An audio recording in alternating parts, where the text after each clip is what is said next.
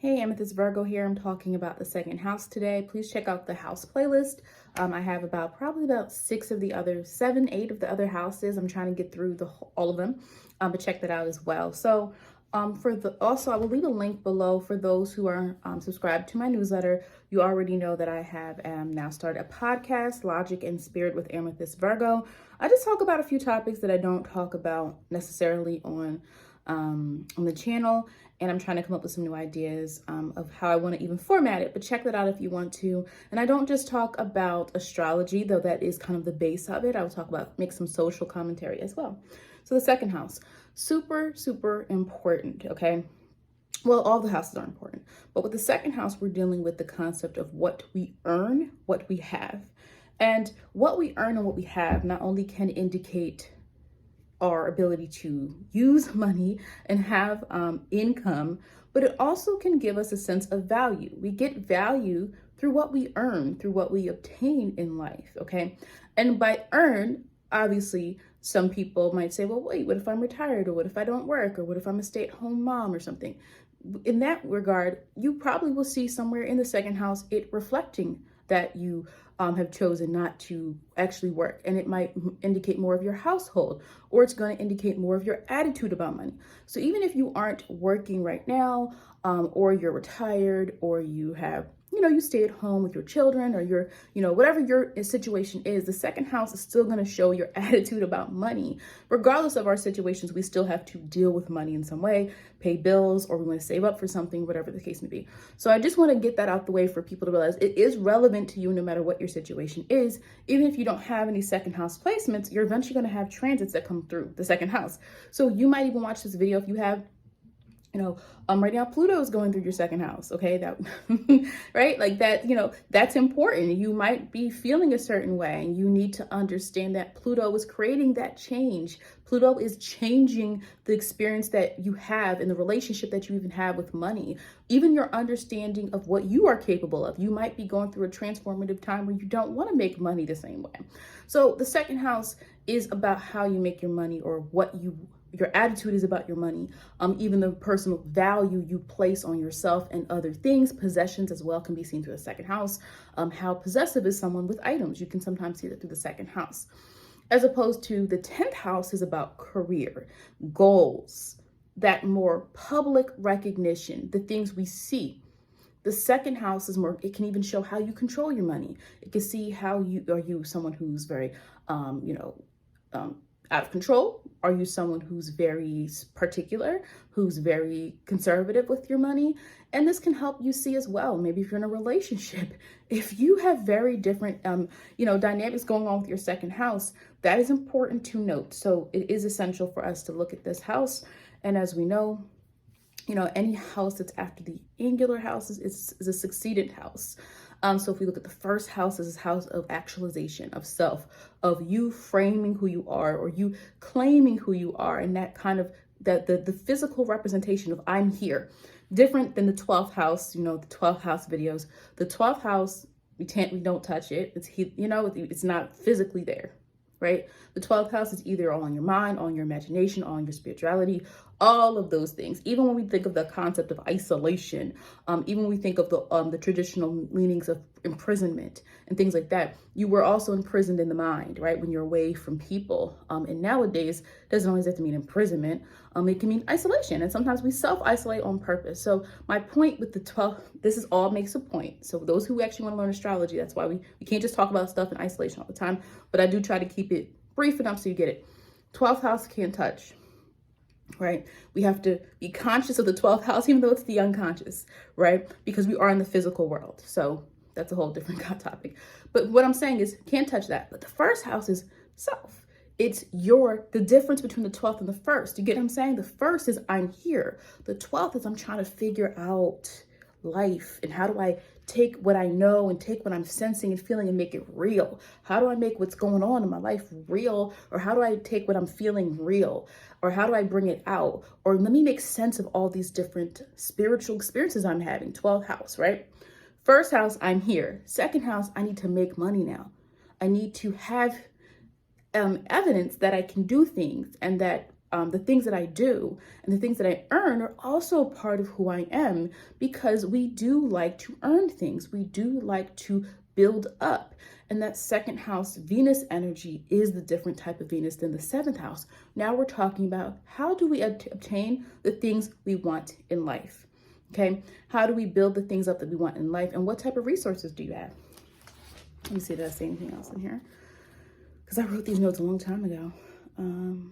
Shows us how your attitude to stability. Maybe you have some people who are like, you do have people who are like, I don't care about the money. I just want to be happy. And maybe they have just a different mindset about finances, or a different life circumstance where maybe they can do that. Personal comforts there, yep, as well. Yep, I say it differs from the other earth houses. We know that differs from the sixth house. That's the daily routine. Those are the small things you may do, maybe to earn your money, right? Everything's linked together. The sixth house are the tasks, right? They're the things we have to do, the responsibilities that we have. Whereas the 10th house is, we know, the big goals, the reputation. So it all boils down to many different, things. The second house is the money you make, how, your views on money. The sixth house might sometimes be the small things we have to do at work, the small things we have to do. Maybe we have to take on certain responsibilities in order to earn and have the money that we want from the second house. The 10th house is the big goals. Okay. The reputation, we see more of the actual theme of the career in the 10th house, or what the person's goals are in general. So, and I had that 10th house video, check that out. Okay, the sun. Okay, if you have the sun in the second house, you might be known for your steadiness, might be a person who shines in your own resources. You could be, that's the uncle that always has money. He doesn't spend a lot of money, but on your birthday, he'll send you $100. But throughout maybe he's a sun in Capricorn in the second house. But throughout the year, he doesn't really splurge. He's probably not going to give you a bunch of money. Maybe he'll help you out if you're going back to school or something, or you need a down payment on your house and maybe your parents can't do it because of, that's a whole different topic. But, a Capricorn person could tend to be traditional in that sense. If you're my family, I will help you out if I have it, if I can. Capricorn. But again, I'm not going to give you more than you need. Capricorn is not going to give you more than you actually need, right? But that's an example of the sun in the second house in general. This could be a person who's well known for the resources or their ability to stay afloat. And again, I don't want to say this is a person who's never had any issues. You would have to look at the squares and everything else in the chart, but you could have a person where, they have kind of always been the stable sibling. They've always been the one that kind of kept it together. They're the person that when the singing group broke up, they didn't go broke because they had been stacking for a rainy day. They had the resources. So the sun is, again, wherever you can shine. And those of you interested in this topic, there's a whole video dedicated just to sun in the second house. If you want to check that out. This person can also be pretty reliable, right? For the basics and for having certain, resources. This is the person who is capable of usually maintaining themselves.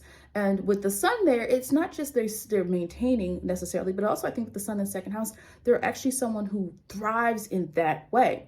They know what makes them comfortable. And that is their sense of stability. That's their safe of accomplishment. I just want to be comfortable. You could have a person that's like, no, I grew up where we didn't have a lot of money and we were always worried. I just want a life where I already have what I need. I'm not going to risk take. I'm not going to go invest in the stock market. I'm not going to change jobs randomly.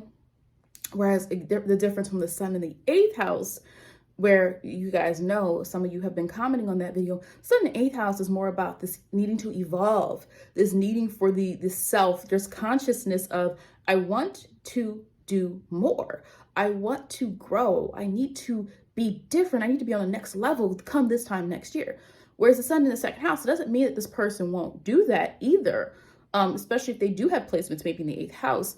But what I'm saying is there's going to be there's not going to be the same urgency. What they project is going to be what makes sense, what's practical. What they project is going to be a level of kind of remaining where they feel the most safe. Now, depending on the rest of the chart, they might have to venture out and do more things. They might have to take a risk. Their North Node and might tell them, actually, you're supposed to allow yourself change. So it really would depend on the individual. The moon. This is where I think you can see more people attached to possessions, especially if you had a person like Moon in Taurus there. they emotionally need to feel secure through having the finances, right? So this is not about a status symbol. This is not about being perceived a certain way. With the moon in the second house, it feels good to them to have what they need. This is a person who, the second and the fourth house, I would say, the second and the fourth house, especially anytime we put the moon in either house, the home environment is very important to this person. The home needs to feel comfortable. They need to feel comfortable. They need to feel like they feel relaxed at home. They need to feel that they have a space. So if you're a moon and second house person and you are staying with someone else, you probably need your own space. You're probably eventually going to want to get out of that situation, unless you know, the moon can also represent your relationship with mother, feminine energy. Maybe if you live at home, maybe you still live at home and you like living with a mom or whoever, because it gives you a sense of safety and security. Sometimes you can see people with moon in the second house have that issue of needing to feel close, like they, you know what I mean, needing to feel like they have someone to rely on in order to feel that sense of stability. But as far as money, it's different for the moon, because the moon is like anxiety can sometimes surface if the person doesn't have resources. So it's different than the sun, where it's like this conscious energy of projecting, I'm stable, this is where I am, I'm showing you guys, yeah, you can stay at the same, some people do stay in the same job field for a long time. I know that's not as common in today's society as it would have been in other generations to stay at the same job for 20, 30, 40 years. That's not as common anymore, to stay at the same exact place. But you could see a person more with that. With the moon, we're dealing more with the emotional response. Let me see what else I said. Oh, may compensate emotions with items. So some people, again, it also would depend on what sign is there, degrees and all that other stuff that you would have to get interpreted. But that would also that would also be a part of it as well. Just being careful of that. Not, you know, it could be a person who becomes too reliant on possessions, on things that they have, as a sense of replicating emotions, especially if this is a person who has any emotional issues from the past.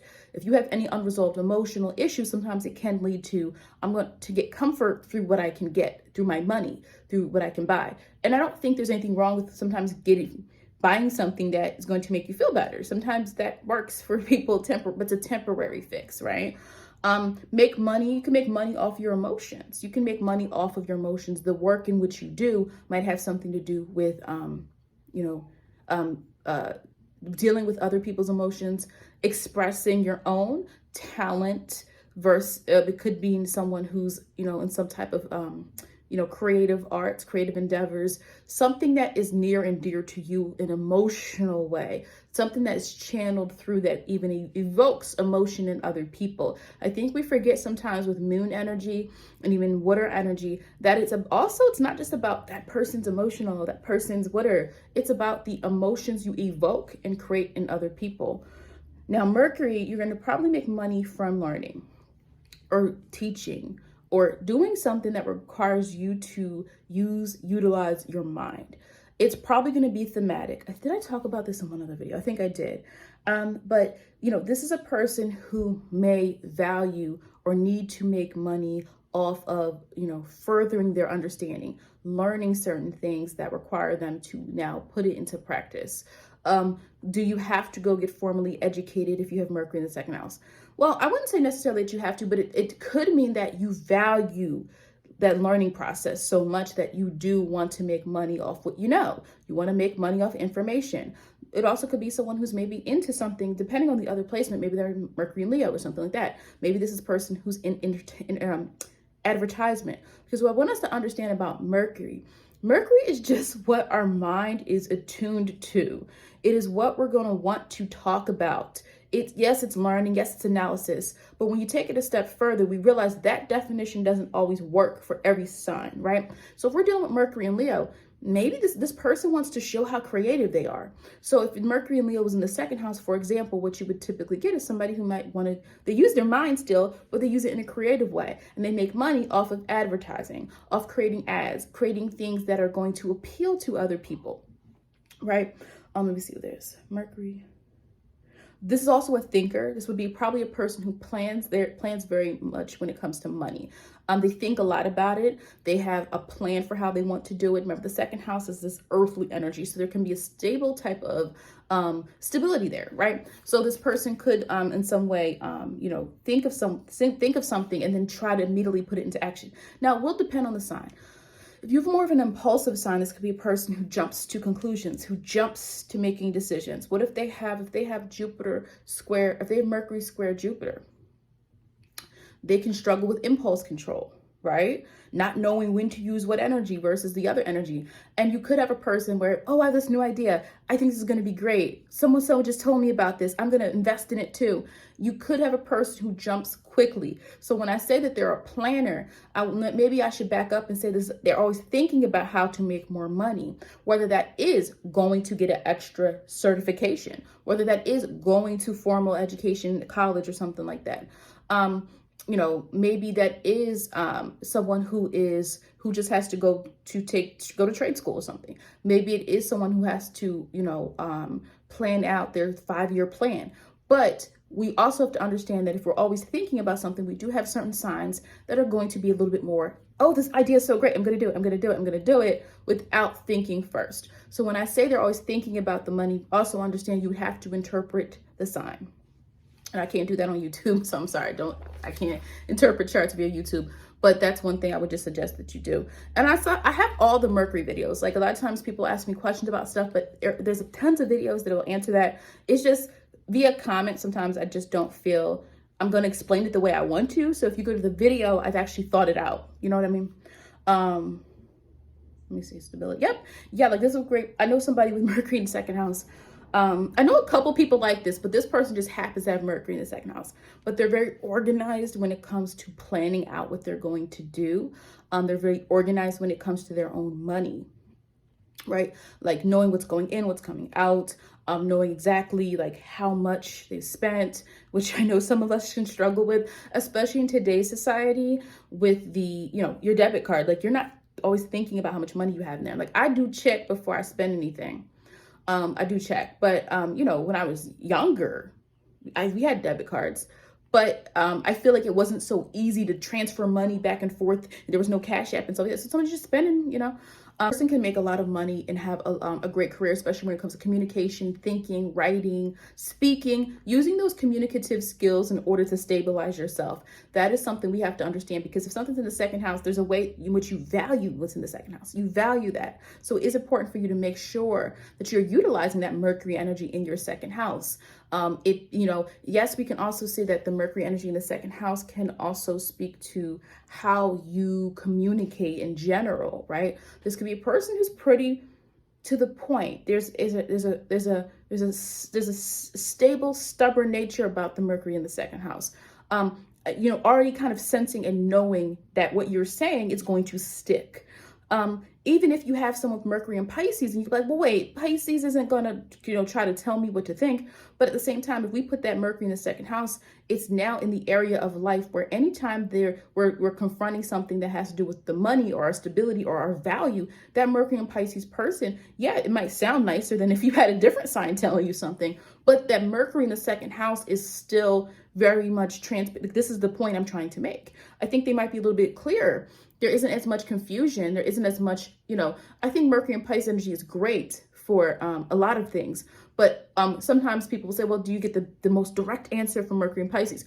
It doesn't mean that anything's better or worse. You're not going to get the same second house Mercury. There is already a preformed thought. The second house, they have value in what they're saying. So it doesn't, whatever sign is in there, there's still going to be this very concrete, clear way in which they say something to you, because they value the way in which they are thinking and the way in which they are presenting the information to you. So that's a little bit of a tidbit there. Venus, those of you who are new to astrology, I have many different people. I have people who are like astrologers or people who are just learning. And so the way I describe things sometimes can be about, I know that there's a lot of people who are learning this and they've explained that to me. So I do sometimes have to share something that some of you may already know.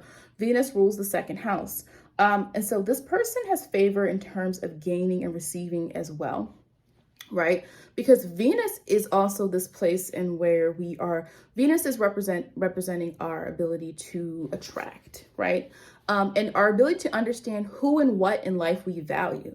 And when Venus is in the second house, I like it because I feel like the person can typically understand a little bit earlier what they value, what they want to do, what types of people they want to attract as well. But especially when we're talking about Venus through the second house lens, I think this is the person who has to also like and love what they're doing. They have to like and love the work that they do.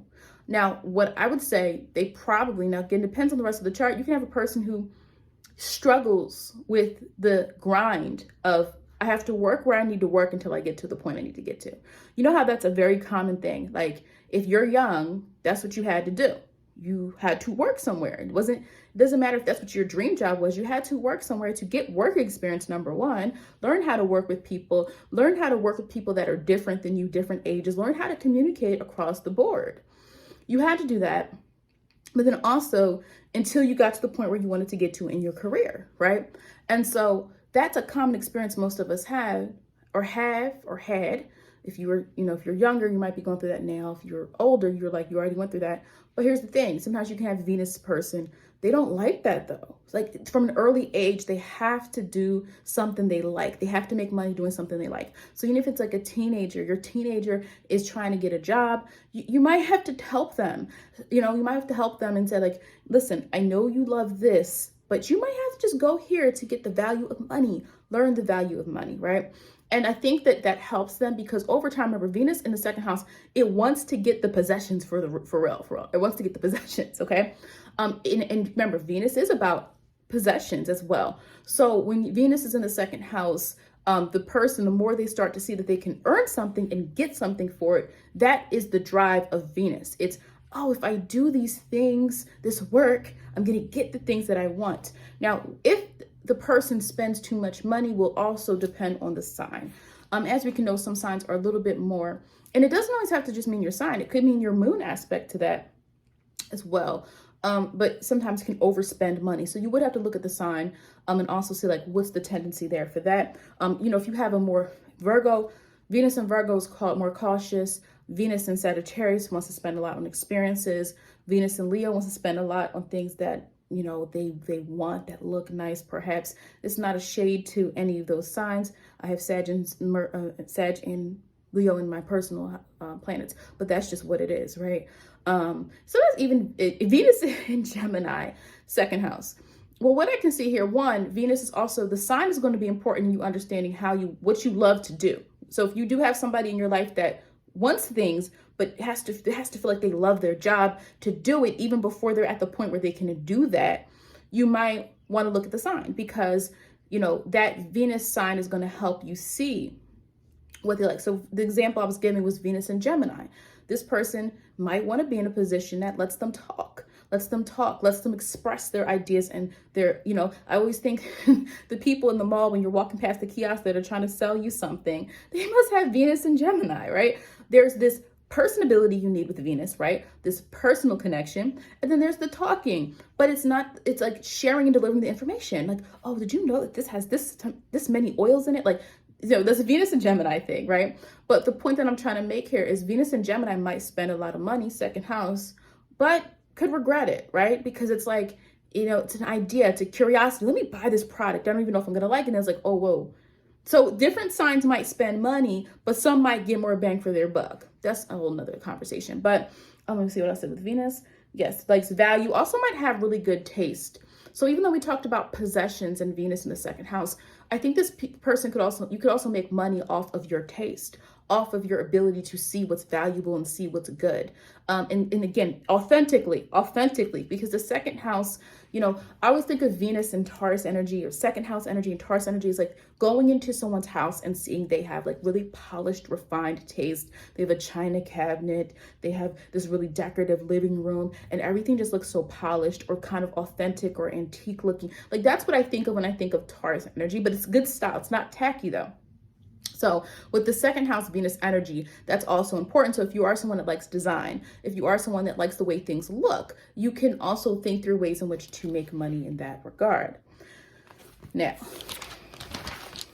Mars. Well, we have to understand, remember, the second house is also our values, right? So Mars in the second house, it could be the person who's always trying to make money, which can be good because, they typically won't be out of a job for long. Mars is going to give you vitality. It's going to give you energy. It's going to rile you up. You cannot stay stationary. You can't just be sitting passively. You need to get the money, right? And so, Mars is giving you a lot of extra like fire for you to constantly feel like maybe even taking some risks with money. Yeah. Remember I mentioned like you can even see gambling. Mars is especially, you can see gambling. Let's say if a person had placements in Mars, Jupiter, in the 8th house, especially depending on what's there. Yes, you can see a person who's risky, gambling. Again, you have to match up with other placements, but you could see that. Now, you could also see a person who's good in investments. You can see an 8th house person without 8th house energy, 5th house energy. Maybe they enjoy doing it, right? They enjoy kind of that risk-taking energy of the gambling, of the money, of taking chances, right? It's fun to them. It's a favorite thing. It's one of their favorite things to do. It's a pastime of theirs. But then also the second house, you make the money from it. What's the income? What's the outcome, right? We always going to bring this back to the second house when we're talking about how do we make our money. And so this could be a person who takes charge, right? Like depending on what else is in the chart, even I'm just looking at, because I have on my computer, I have this is helping me so much talk about this. I have a chart up. It's a random chart of a celebrity, but it's helping me look at the houses. But yeah, like, it could be a person who takes charge, maybe even the household, right? So we want to look and see what else is going on there. It could be a person who in the household, Mars in the second house, what else is going on? They may not want to share their paycheck, or they may, right? Like it could be, because remember, Mars is kind of like me. Especially when we're dealing with the Aries part of Mars. Mars wants to kind of show what it has, show its own vitality, show its own ability to this is how powerful I am, right? I'm confident. This is how action oriented. This is how good I am, right? Not in the Leo sense, not in the Sun sense, but Mars is that action, right? I'm going to show you through action. So that could be sometimes the thing there with that person if they want control over the money. Okay. Let me see. A person, that leader that takes charge always. Yep. You could also see a person who is good with telling people what to do with their money. So I know I said the paycheck thing, but you get a person who's good with telling other people how to invest their own money, right? You want to make sure you're good with it too. So but you have weird situations like that though. We have to understand about life and advice. You can have a person, and I know this goes against everything people believe, who can give good advice, but they don't really follow it. Like you can see a person who's good with telling people how to invest their money, but they struggle to do it themselves. Like they struggle to keep their own personal finances under wraps. Now the problem you can get there is like, do you trust that person? No, so they can't. If someone is your investor or your financial advisor, they have to have their stuff together first before they can tell you what to do. But anyway, Pluto. The Pluto second house person probably encounters a lot of upheaval, change, dramatic change to their finances. For some people, this started early in childhood, experiencing something maybe even devastating. Some people with losing home, losing housing, a divorce that changed, because remember, Pluto is also this emotional change within you. A divorce that changed your financial situation. Again, the 4th house and the IC could also give clues to if that is the case for you. But some people, that Pluto energy started early on. But anyway, yes, I'm not going in order. I have notes, and I don't know why my notes are not in order, but oh well. They're not in order. Let me see, compulsive. But you could be compulsive and wanting to make money. And it could just be your personality trait. It could be because of those early life experiences. If you did experience any upheaval in early life where your family's financial situation completely changed, you could feel like, I don't ever want that to happen again. I'm going to work so hard. This is never going to happen to me again. I'm always going to have money. So you can have a person that's consumed by work. And it's not the same as the 10th house. Here's what we have to understand. The 10th house is goals. I want the status. I want to achieve. I want you to notice me type of energy. The second house is I need the money. I need the finances. I need to have the resources in order to have the things that I want. Different. And so that's what I mean. A Pluto second house person is not the same as the Pluto 10th house person. Okay. And let me see what else I wrote here. Compulsive, wanting to gain. Yes, wanting to gain a lot. Could be a person also good though with getting money, and also good with investment. I would say. I think If someone wants to actually be an investor or financial advisor for people, banker, any of that type of energy, second and eighth house energy is super important, especially once we see Mars and Pluto. I think that works really well for second and eighth house energy, right? And also, because the Mars and Pluto in the eighth house can be helpful understanding how to use other people's money, right? But the second house I think is good as well because you understand the groundwork to get it done.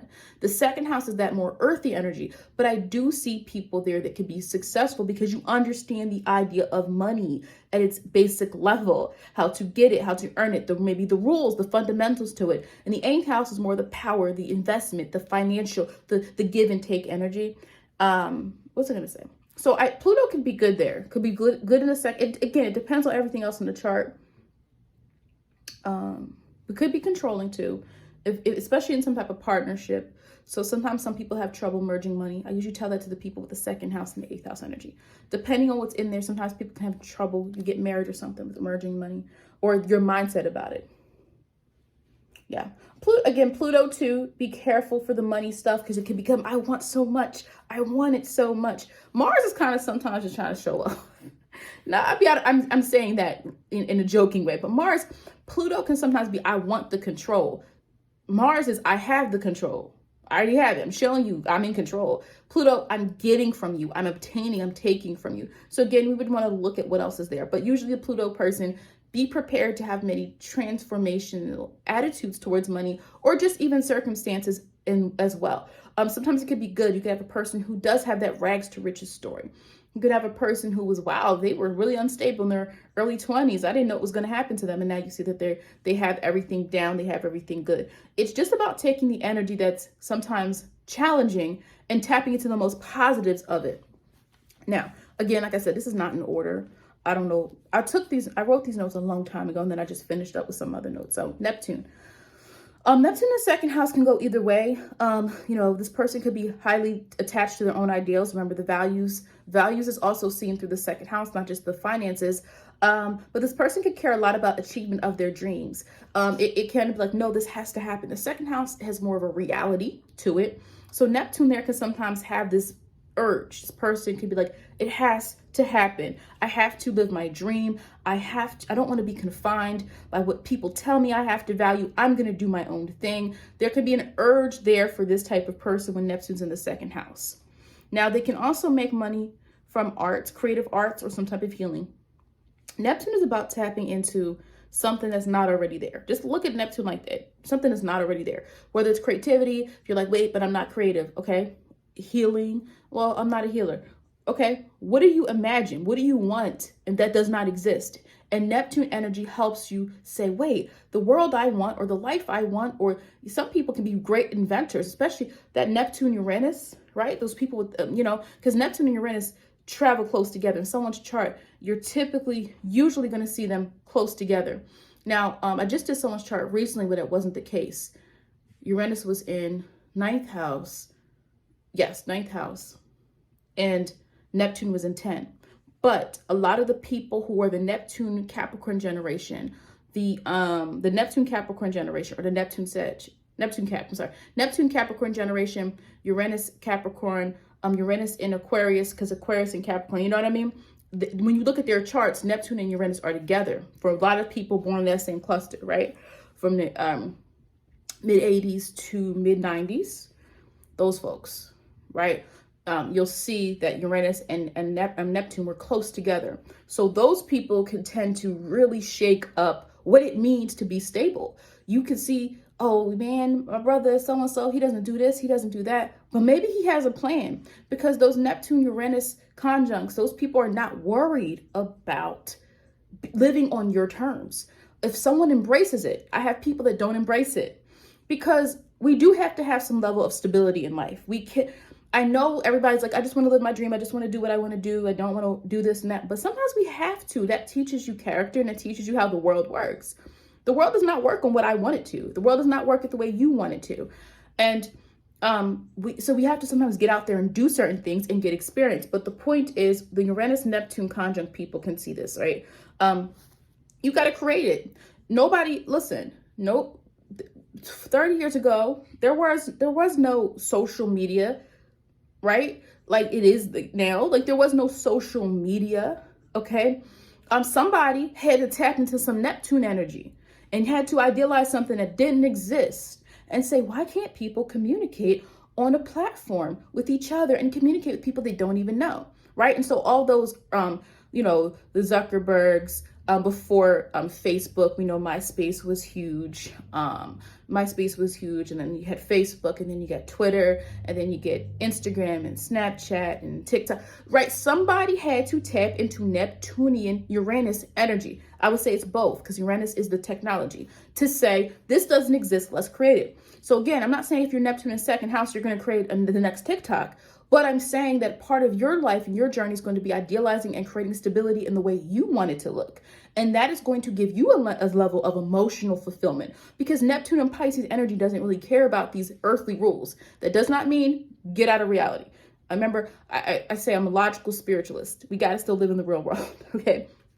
But sometimes you can see a person who just lives their dreams, finds a way to create something new. And again, that's why I gave that example of the technology, because it doesn't have to mean you're an artist. It doesn't have to mean you're a musician. Neptune can have many different ways, but it's about navigating things on your own term and creating something that works for you. Maybe you do have a stable job, but there's something also different about what you do later in life. A lot of people, I'll say Neptune, okay, you might not live your dream the way you wanted to until later in life, because it's just not set up to happen that way. And it doesn't make it any less meaningful that you're not a millionaire at 22, right? Most of us, we're not going to be millionaires, right?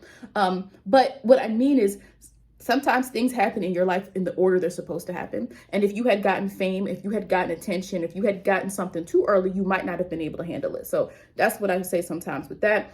Uranus, well, I have a whole video about Uranus and Neptune. So again, if you want to know this more, go to that video, because sometimes I'll say different things as new thoughts come to me. But Uranus here, strange, interesting experiences with making money. This could be the person sometimes who kind of has 3 different jobs, or maybe you don't, I don't think you have to do that. Uranus produces strange situations when it comes to stability. So you can sometimes have a person who's like into that. You could have a person who's into doing multiple streams of income. You could have a person who's anti being a part of a company or organization. They might say, no, I'd rather do these odd jobs. I don't want to do that. This is where you see the person who's very skilled. You can see a person who's very skilled, very intelligent, about whatever it is they do. Because I do think there's different levels of intelligence. It doesn't always have to mean book intelligence, but it could be a person who's just really intelligent. Maybe they're just really good at, renovating houses or fixing structures and things like that, which I think is like, those people, I really am like fascinated by people who can renovate houses. I can't do it. I can't do that at all. Like, I'm not a fix-it type of person. I need someone else to do that for me. But those people, but they might have just never did anything with it, or they do it as an odd job, or they do it here and there. So Uranus can sometimes bring a strange issues, not issues all the time, it doesn't mean issue, but strange circumstance when it comes to your stability. You could have a person even who's not really even doing what they're good at. Now that sometimes can be a confidence thing or an opportunity thing. We don't want to make it look like if someone's not living their dream or they're so talented that it's their fault. It sometimes can just be circumstances. Let's see what else we have here. Yes, they could dabble with different things. They're just trying to figure it out. We would have to look at the rest of the chart to see what that looks like though. You can sometimes have a person where they're going to change drastically their finances. Or you could have a person, you've ever met those people who made so much money, but they weren't happy. And so maybe they have Uranus and Neptune in the same house. They weren't happy, and then they decide to change it up. They decide like, nope, yes, I'm making less, but I'm happy living on a farm and making my income that way. So a lot of times when Uranus in the second house, those standards we put on people doesn't really work for this individual, or they don't really care, or over time, it's going to be something's different. So whether it's through difference from their spouse, different from their family, different from peers, different from, there's Uranus in the second house is always going to be something a little bit different about their journey to stability, or something that can look to the rest of us as kind of strange. But again, Uranus energy is also about freedom. So that's where you also can see people who, there's a freedom type of energy there. You also can see that, they might make money, but they don't have a schedule like you and I might. Especially if you look in their 6th house, and they have anything in their 6th house.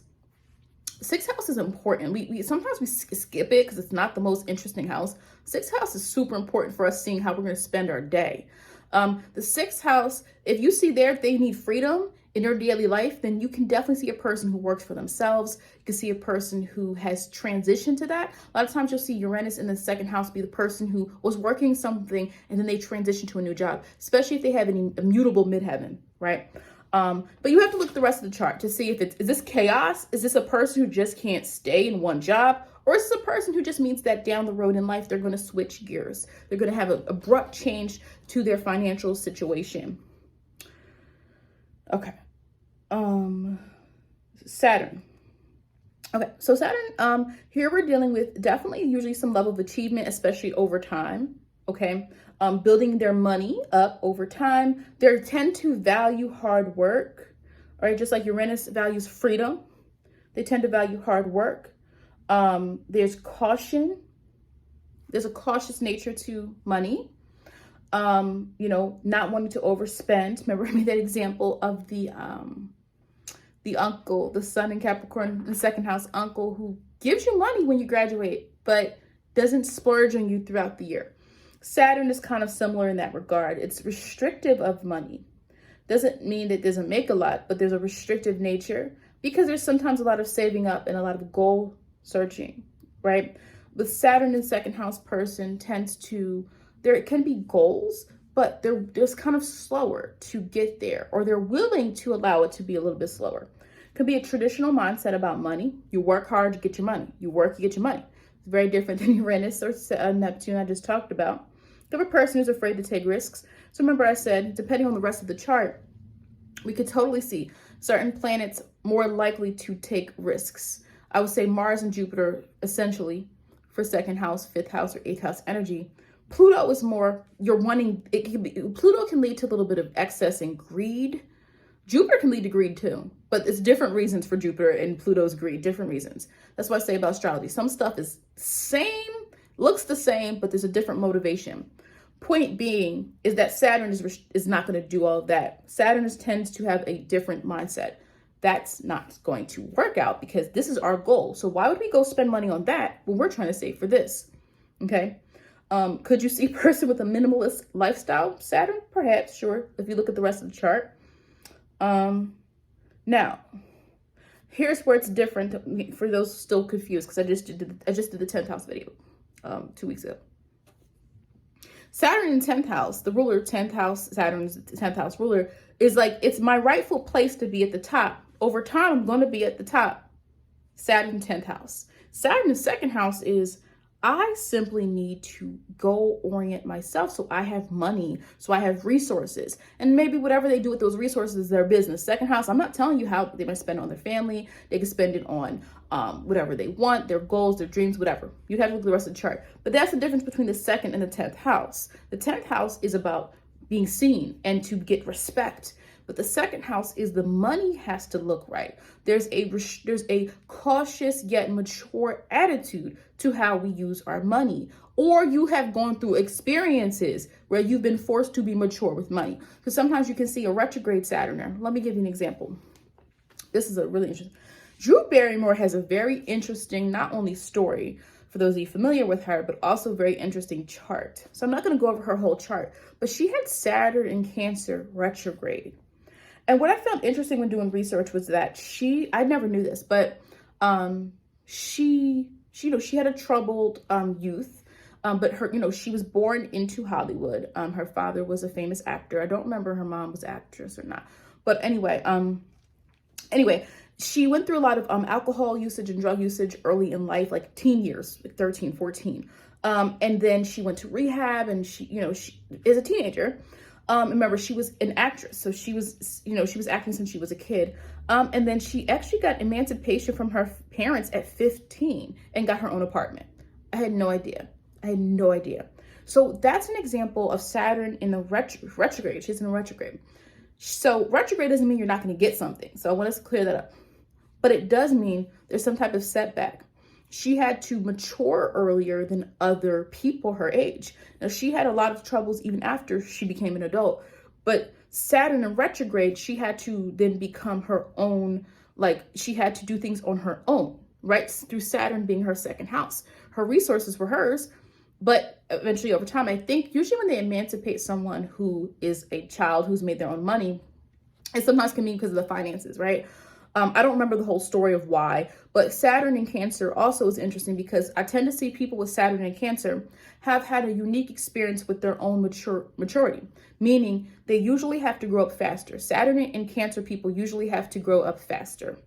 And what I mean by that is typically, like I've seen like a lot of single moms, like younger, they were young when they became a single mom, have Saturn Cancer, or someone who just has a story of having to do something earlier in life. And it usually has some type of emotional connection to it when they see Saturn in Cancer. And then she had it in retrograde. So this is an example of Saturn. She didn't have to it didn't take her a long time to have money, but it still required her to grow up faster. Do you get what I'm saying with Saturn? So Saturn is always going to in some way restrict something. And you can be the person restricting it. Some people might have a chart where you're just a cautious person. There's different ways things can show up. So, that's the point there.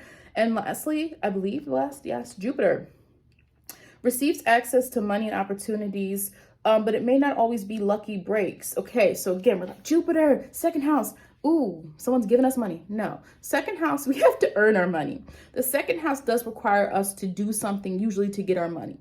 Now, could you see sometimes a person with transits going through the second house? Yes, that could typically mean though you're getting paid for something you already did, right? The reason why I say Jupiter is not just giving you money, you're going to see more of someone born into being given something through the 8th house, more than the second house, or even sometimes the 4th house can maybe indicate that. So I'll give you guys some examples in a moment to see what I'm talking about. All right.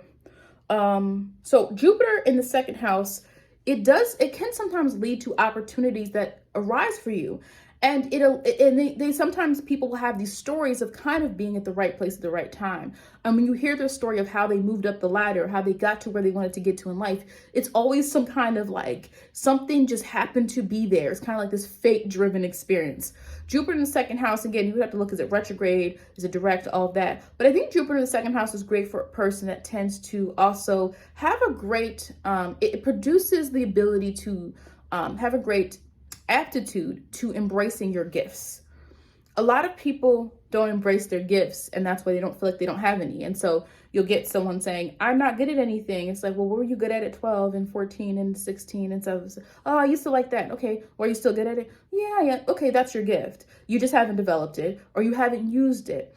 Everyone is not going to be a guru. Everyone is not going to be a famous person. Like, you have to understand that your gift does not have to reach the whole world. Maybe your gift is just meant to reach the people in your family, or the people in your community, or the people at work, or whatever it is, right? I don't want to limit people, but I also think people don't compare yourself to somebody else who picks and chooses what to tell us because they're in social media, right? You'll see people compare themselves to people who are really famous, but it's like, you don't know their story.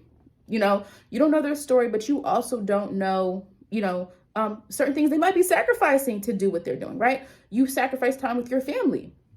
The more famous you are, you're going to sacrifice that time.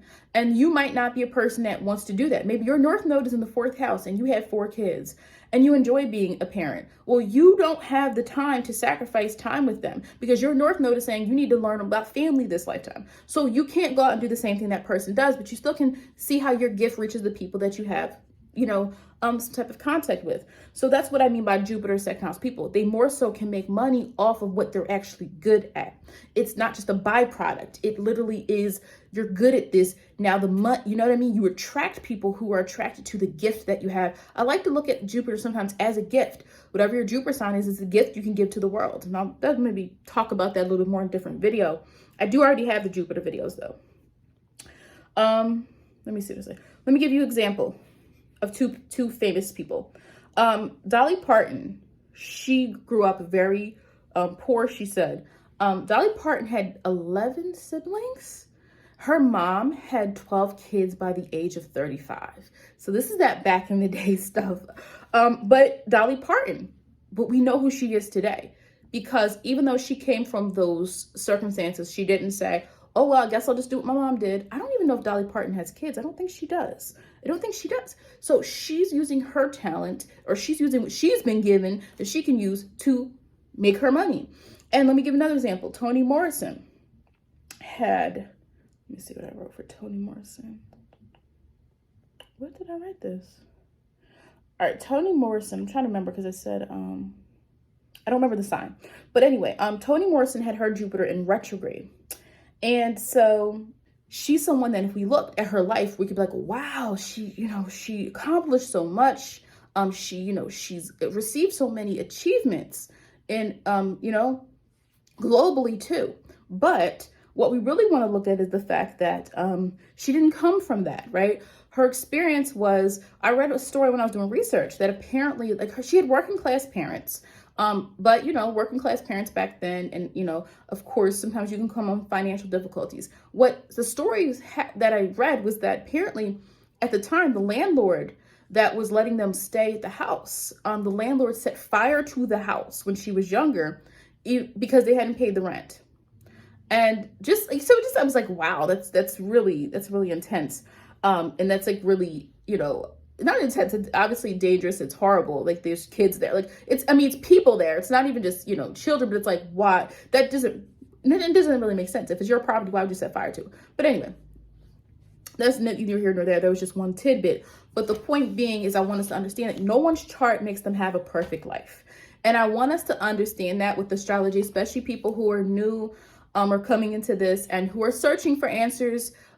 There's no perfect life. People might have more than you. People might have less than you. That perfect person you think is perfect, they might just want what you have. They might value that, but they don't have it.